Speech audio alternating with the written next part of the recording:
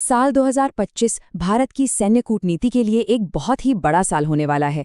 दुनिया भर के देशों के साथ होने वाले मिलिट्री एक्सरसाइजेस का कैलेंडर पूरी तरह से पैक है।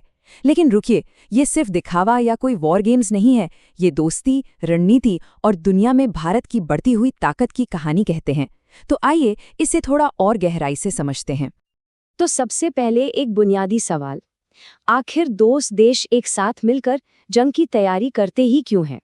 इसका जवाब जो है वो हमारी सोच से कहीं ज्यादा गहरा है। असल में ये अभ्यास सिर्फ सैन्य तैयारी के बारे में नहीं होते। ये है विश्वास बनाने के लिए, अलग अलग सेनाओं के बीच कोऑर्डिनेशन यानी कि इंटरऑपरेबिलिटी को बेहतर बनाने के लिए। मतलब आसान भाषा में कहें तो ये पक्का करना कि जरूरत पड़ने पर दोनों देशों की सेनाएं एक दूसरे के सिस्टम और तरीकों के साथ मिलकर काम कर सकें। और हाँ, सबसे जरूरी, ये दुनिया को एक बहुत मजबूत राजनीतिक संदेश भी देते हैं। तो चलिए सबसे पहले बात करते हैं पश्चिमी गठबंधनों की। भारत जो स्थापित पश्चिमी सैन्य शक्तियां हैं उनके साथ अपने संबंधों को लगातार गहरा कर रहा है, और ये उसकी रणनीति का एक बहुत ही अहम हिस्सा है।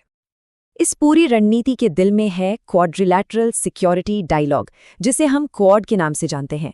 ये भारत, अमेरिका, जापान और ऑस्ट्रेलिया का एक रणनीतिक समूह है जो भारत के लिए एक बहुत ही महत्वपूर्ण गठबंधन बन चुका है। और इसका सबसे बड़ा सबूत है मालाबार नौसैनिक अभ्यास।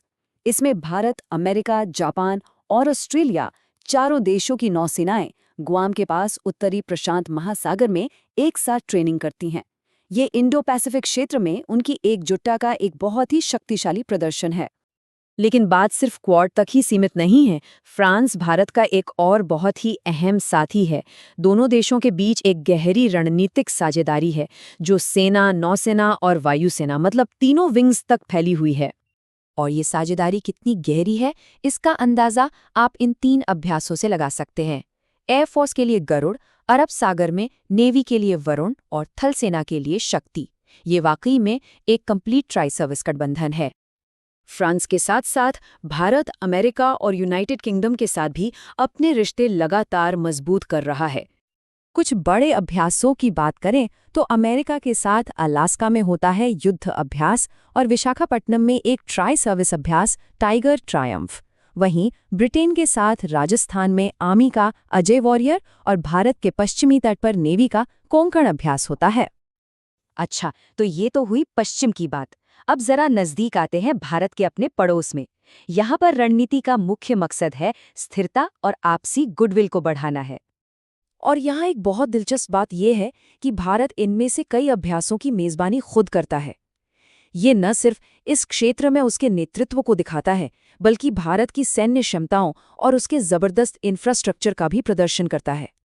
जैसे कि मलेशिया के साथ राजस्थान में हरिमऊ शक्ति, मालदीव के साथ केरल में एकूवेरन, नेपाल के साथ सूर्यकिरण, श्रीलंका के साथ मित्र शक्ति।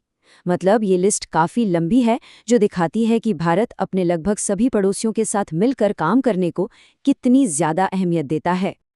और इस इलाके की सुरक्षा को और पुख्ता करने के लिए बांग्लादेश के साथ बंगाल की खाड़ी में बोंगो सागर, इंडोनेशिया के साथ समुद्र शक्ति, वियतनाम के साथ विनबैक्स और श्रीलंका के साथ स्लाइनेक्स जैसे अभ्यास भी बहुत ज़्यादा महत्वपूर्ण हैं। और अब आखिर में उन साझेदारियों पर नज़र डालते हैं जो भारत की ग्लोबल पहुंच और उसकी मल्टी अलाइंड विदेश नीति को दिखाती हैं। 2025 में एक ऐसा सैन्य सहयोग भी होने जा रहा है जो अपने आप में ऐतिहासिक है, कुछ ऐसा जो इससे पहले कभी नहीं हुआ। जी हाँ, ये बिल्कुल पहली बार होने वाला है, जो अपने आप में एक बहुत बड़ा संकेत है। और ये है भारत और दक्षिण कोरिया के बीच पहला नौसैनिक अभ्यास। ये इंडो पैसिफिक क्षेत्र में सुरक्षा सहयोग का एक नया चैप्टर शुरू करता है, जो इस इलाके में बदलते हुए शक्ति संतुलन को देखते हुए एक बहुत ही अहम कदम है। लेकिन कहानी यहाँ खत्म नहीं होती। दक्षिण कोरिया के साथ नई दोस्ती है, तो वहीं रूस और मध्य एशियाई देशों जैसे पुराने साथियों के साथ भी भारत लगातार जुड़ रहा है। ये उसकी स्वतंत्र विदेश नीति को दिखाता है, मतलब किसी एक गुट से बंधे बिना कई शक्तियों के साथ अपने हितों के हिसाब से संबंध बनाए रखने की क्षमता। इसके कुछ उदाहरण हैं: रूस के साथ इंद्र अभ्यास, मिस्र के साथ साइक्लोन, किर्गिस्तान के साथ खंजर और मंगोलिया के साथ नोमैडिक एलिफेंट। ये तस्वीरें भारत की विविध साझेदारियों को एकदम साफ साफ दिखाती हैं। भारत की सोच सिर्फ अलग-अलग देशों तक ही सीमित नहीं है। वो अब रणनीतिक तौर पर पूरे के पूरे महाद्वीपों के साथ जुड़ रहा है। और इसका सबसे बड़ा उदाहरण है अफ्रीका। इस अभ्यास का नाम है अक्यामत। ये पहला भारत अफ्रीका नौसैनिक अभ्यास है और ये वाकई में एक लैंडमार्क इवेंट है।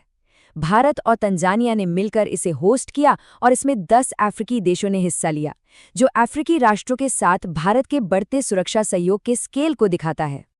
तो जब हम इन सारे अभ्यासों को एक साथ जोड़कर देखते हैं तो ये तस्वीर क्या बनती है? गठबंधनों का ये जो पूरा जाल है, ये भारत की वैश्विक रणनीति के बारे में हमें आखिर क्या बताता है? तो देखिए, मोटी मोटी बातें ये हैं। पहला, भारत पश्चिम और क्वाड पार्टनर्स के साथ अपने रिश्ते और गहरे कर रहा है। दूसरा, वो अपने पड़ोस में स्थिरता को सबसे ज्यादा अहमियत दे रहा है। तीसरा, वो दुनिया की अलग अलग ताकतों के साथ रिश्ते बनाकर एक बैलेंस कायम रख रहा है। और चौथा, वो खुद को इंडो पैसिफिक में एक जिम्मेदार सुरक्षा देने वाले देश के तौर पर पेश कर रहा है। और ये सब हमें एक आखिरी और बड़े सवाल पर लाकर खड़ा करता है। इस तेजी से बदलती दुनिया में 2025 में बना ये जो रिश्तों का ताना बाना है, इसमें से कौन सी साझेदारी भविष्य में भारत के लिए सबसे अहम गठबंधन साबित होगी? ये एक ऐसा सवाल है जिसका जवाब हमें आने वाला वक्त ही देगा।